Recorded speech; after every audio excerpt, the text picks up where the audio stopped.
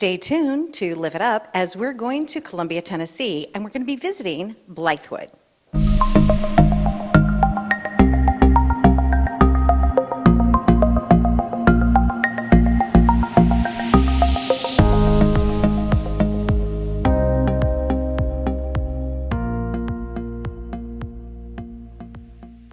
With us now is Donna, and we are at her lovely bed and breakfast, and it is called Blythewood Inn. And it's on Blythewood. That's pretty simple, right? Correct. Well, the story is Blythewood Drive used to be the driveway of the home. Oh, Yeah. So it really is Blythewood Drive. Lovely. Your bed and breakfast, it was from the 1800s, correct? Correct. Construction was started on the home in 1857. And brick. The color of the brick now is white. At one time, was it like a more of a reddish brick, or was it always painted white? That's an interesting question, and I honestly don't know the answer. As long as I know, it has been white brick. And a lot of the older photographs that I've seen around the property, the same. And last night, as I was approaching the home, I said to myself, I was like, I'm wondering, what do they call this type of architecture? This is French Colonial. Which is rare, right, for this area? It's rare for this area, yes it is. Most of the French Colonial style would be found in New Orleans. And growing up, you had mentioned that you were originally from Kentucky, but now you're a Tennessee girl. Yes. Tell us some of your favorite things about this area. Oh, the history. History is big here. We have lots of antebellum homes still in the area, this being one of them. And a lot of them are still in their natural setting and still lived in as homes on the plantation, if you will. In terms of like hospitality, Southern hospitality, in terms of kindness, and in terms of manners, is that what you're describing? Absolutely, yes, So yes. eating with the forks from the outside, inside. Correct, correct. When we sit a table, it is set properly, and yes, it would be from the outside in. It's very nice that some traditions continue. And here we are at your bed and breakfast. What made you decide to open up your home as a bed and breakfast?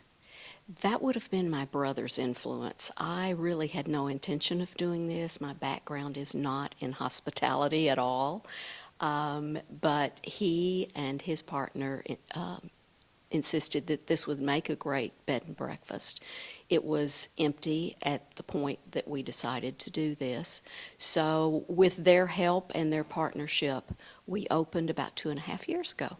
Now, your mural, here we are in your formal dining room. Tell us a little bit about this particular piece of work. This is a Zuber on the wall. Zuber is a French company that was started construction, or not construction, but started production in the mid-1700s, and they're still in production today. This one was put on the wall, I'm not sure the exact date, but this room was built in 1900, and it was put on the wall sometime shortly after that. So it was almost done modularly, the home, like little things that continued to grow. Was it smaller and then it got a larger footprint? It was smaller to begin with. It did get a larger footprint, but most of that larger footprint was added by one family, and it was mostly done around 1900. So it's still historic, even the newer part. And the grand staircase, I mean, it's just a showstopper. Is that one of the reasons that you purchased this property? The reason I purchased it was because I loved the stateliness of the home.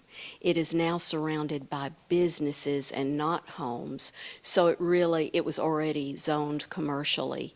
We were looking for my husband a place to move his medical practice, and so we decided to use the home for that. So, yeah.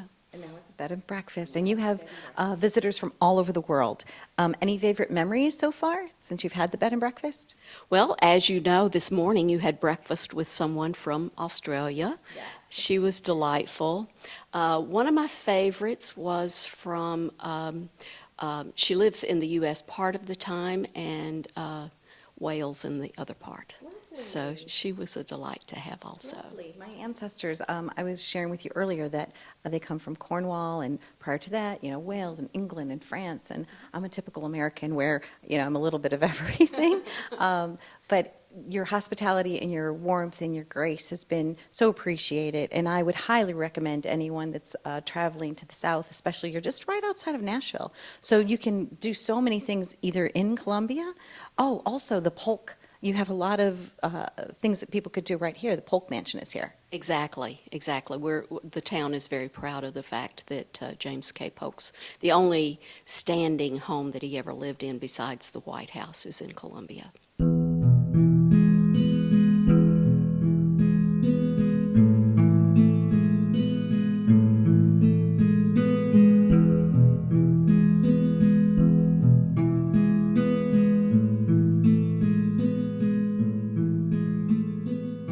I had a lovely time staying in your Magnolia room.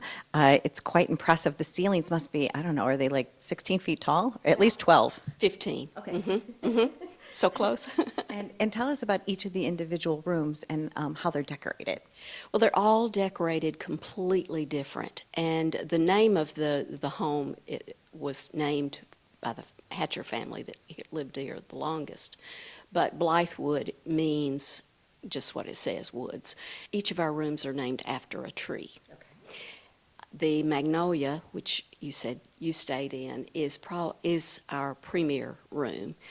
It consists of a large room that's almost oval. The bedroom is almost oval, and then it has its own seating area, or parlor, if you will, and then, of course, a full bath. Yes, and it's absolutely gorgeous. The wallpaper's pretty. Everything here is pretty.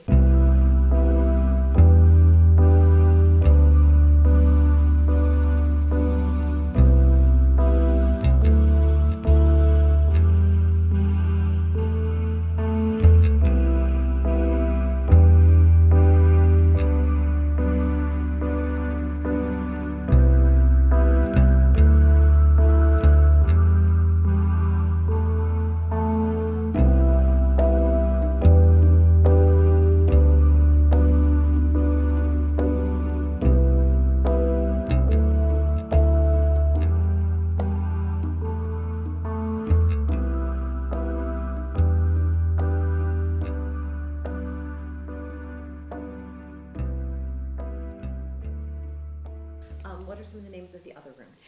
We have dogwood, mulberry, tulip poplar, hawthorn, scarlet oak, birch, and hickory. And the front parlor sometimes has been used for weddings, and the property can be used for events. Correct. Yes, we've had weddings in the parlor. We've also had outdoor weddings. We have a nice covered space outdoors that lends itself to functions. And who does some of the cooking? Because it seems like it's very delicious and tasty. I do most of the cooking. If I'm not available, like if I'm traveling, my brother, the architect, comes down and takes my place. And of course, the cooking, our mom taught us. So it's home cooking, country cooking, but home cooking. So today I was dining on grits and a cheese omelet with ham, Swiss, and some different peppers. And yesterday I had strawberry bread. Was that your mom's recipe, the strawberry bread? No, that was mine. Oh, well, it was absolutely delicious. And if there was one thing that you would recommend somebody take in while they're staying at your home, besides the Polk Mansion, what other, I guess, activity would you suggest somebody enjoys? Well, as you said, the Polk home would be your number one. Ripa Villa is also open to the public, just down the street from downtown. You might consider coming the first Friday of the month.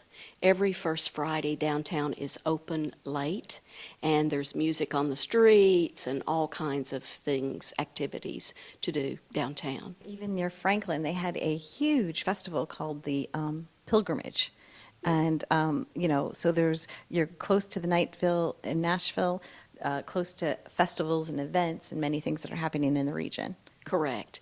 We also have a lot of songwriters and musicians that live in the area, so that you may find them entertaining at one of the restaurants or just on the street. It's true. Famous people, like out on the street, just like jamming. It's pretty fun down here. We highly recommend it. It's not just for bachelorettes. It's for everybody to come and visit. Be well. If you'd like to visit Blythewood, either for your wedding, an anniversary, or just to stay in the grandest place in town at Blythewood, you can reach out to Dinah directly through her website. Thanks for watching.